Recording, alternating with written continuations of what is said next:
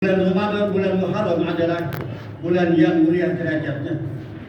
Dinamakan dengan bulan Muharram karena Allah Subhanahu wa taala mengharamkan peperangan dan konflik di bulan mulia ini.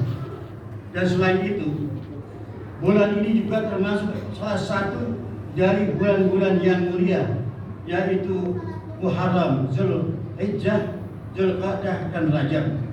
Sebagaimana firman Allah Subhanahu wa taala di dalam surat At-Taubah ayat 36 yang berbunyi, Inna iddatasy syuhuri indallahi 12 syahran fi kitabillahi yawma khalaqas samawati wal arda minha arba'atun hurum, yang artinya sesungguhnya bilangan bulan pada sisi Allah adalah 12 bulan dalam ketetapan Allah di waktu Lauhul Mahfuz. Dan ia menciptakan langit dan bumi, di antaranya 4 bulan haram. Sebagaimana Imam Fakhruddin Ar-Razi dalam tafsir Al-Razi juz 16 halaman 53 juga menjelaskan bahwa setiap perbuatan maksiat di bulan haram ini akan mendapat siksa yang lebih dahsyat, dan begitu juga sebaliknya perilaku ibadah kepada Allah Subhanahu wa taala akan dilipat gandakan pahalanya. Bagaimana beliau menyatakan, wa ma'nal haram annal ma'siyata fiha asyaddu 'uqubah wa ta'ata fiha aktsaru thawaba, yang artinya maksud dari haram adalah sesungguhnya kemaksiatan di bulan itu memperoleh siksa yang lebih berat, dan ketaatan di bulan-bulan tersebut akan mendapat pahala yang lebih banyak. Para jemaah kaum muslimin, jemaah Jumat rahimakumullah, bulan Muharram adalah momen terbaik untuk meningkatkan kebaikan dan ketakwaan kita kepada Allah Subhanahu wa taala. Di bulan Muharram ini terdapat 2 hari yang istimewa, yaitu hari Asyura. Di hari tersebut umat Islam disunahkan untuk berpuasa. Negara Imam Nawawi dalam Syarah Sahih Muslim juz 8 halaman 9 menjelaskan sebuah hadis yang sahih riwayat Imam Muslim, Ali bin Abbas radhiyallahu anhu qala qala Rasulullah sallallahu alaihi wasallam al-Madinah fa wajada al-yahuda yasumuna yawma Asyura fasulan azalik fa qalu hadha al-yawm alladhi azhara Allahu fihi Musa wa bani Israila ala Fir'aun fa nahnu nasumu ta'ziman lahu. Faqala Nabi sallallahu alaihi wasallam, nahnu aula bi Musa minkum fa'maru bisawmi. Yang artinya Ibnu Abbas radhiyallahu anhu, beliau berkata, Rasulullah sallallahu alaihi wasallam hadir di kota Madinah. Kemudian beliau menjumpai orang Yahudi yang sedang berpuasa di bulan Asyura.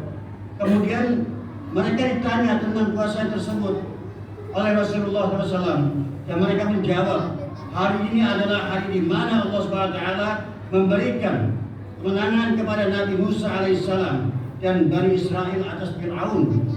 Maka kami berpuasa untuk menghormati Nabi Musa. Kemudian Nabi SAW bersabda, kami itu umat Islam lebih utama dengan Nabi Musa dibanding dengan kalian. Kemudian Nabi Muhammad SAW memerintahkan untuk berpuasa di hari Asyura. Dan riwayat lain para sahabat juga kemudian bertanya kepada Nabi bahwa hari Asyura adalah hari yang dimuliakan oleh orang Yahudi dan Nasrani. Dan kemudian Nabi bersabda, insya Allah tahun depan kita berpuasa di hari yang ke-9. Dari hadis tersebut, dari Imam Syafi'i juga berpendapat bahwa disunnahkan berpuasa di hari 9 dan 10 di bulan Muharram karena Nabi telah melaksanakan puasa di hari Asyura dan berniat puasa di hari ke-9 di bulan Muharram. Dikutip Imam Nawawi dalam Syarah Sahih Muslim juz 8 halaman 9 juga berpuasa hari ke-9 memiliki tujuan untuk membedakan antara puasa orang Islam dan orang Yahudi. Karena itu hukumnya makruh jika kita hanya puasa di hari ke-9 saja, karena ada keserupaan dengan orang Yahudi.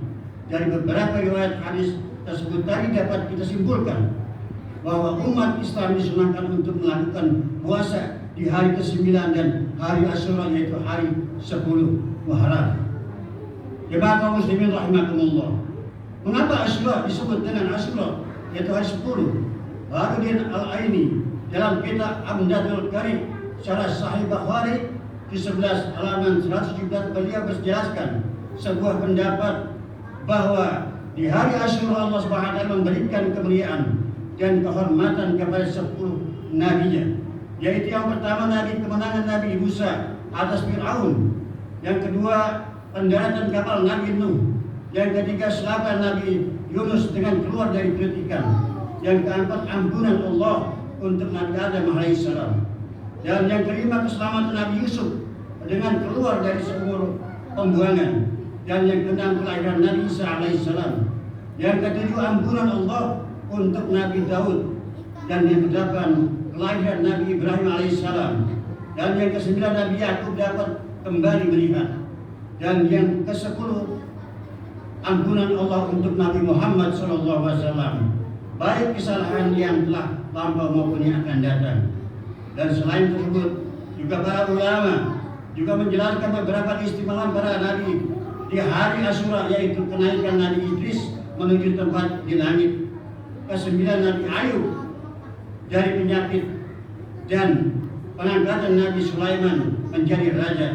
Dan beberapa kejadian tersebut, hari Asyura adalah hari yang amat istimewa. Karena itu hari Asyura menjadi momen yang amat baik untuk meniru akhlak para nabi, akhlak yang mulia, lembah lembut, dan menjunjung tinggi kasih sayang dan menjaga kerukunan, serta menghindari daripada kejelekan perbuatan yang jelek atau penghinaan, kekerasan, permusuhan, dan mengadu domba. Hingga kebaikan di bulan ini dilipat gandakan pahalanya Allah Subhanahu wa taala, dan sebaliknya kejelekan di bulan ini dilipatkan siksa dan malapetakannya. Para jemaah kaum muslimin jemaah rahimakumullah, puasa Asyura sangat dianjurkan karena memiliki beberapa keutamaan. Imam Tirmizi riwayatkan hadis hasan dalam kitab Sunan Tirmizi di 2 halaman 9 bahwa orang yang berpuasa di hari Asyura akan mendapatkan ampunan dari Allah Subhanahu wa taala. Selain itu, juga Ibnu Majah menyatakan sebuah hadis sahih dalam kitab Sunan Ibnu Majah di 1 halaman 593 bahwa barang siapa puasa di hari Asyura akan dihapuskan kesalahannya 1 tahun yang telah lalu.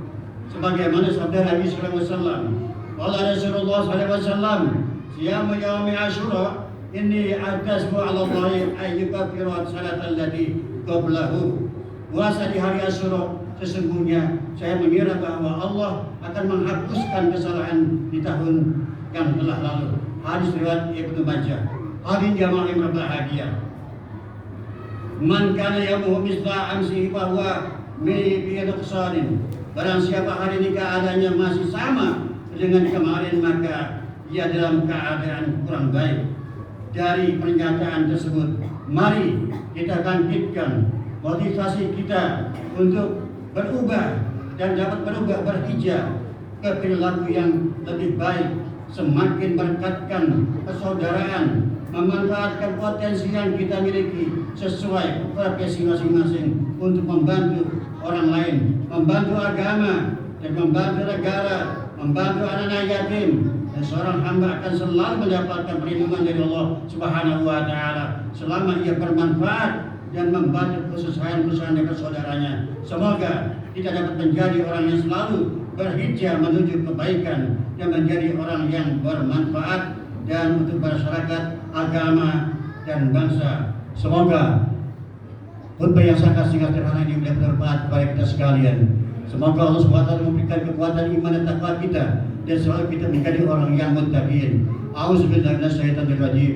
Bismillahirrahmanirrahim. Wal 'asri innal insana lafi khusrin illal ladzina amanu wa 'amilus shalihat wa tawassaw bil haqq wa tawassaw bis sabr. Barakallahu li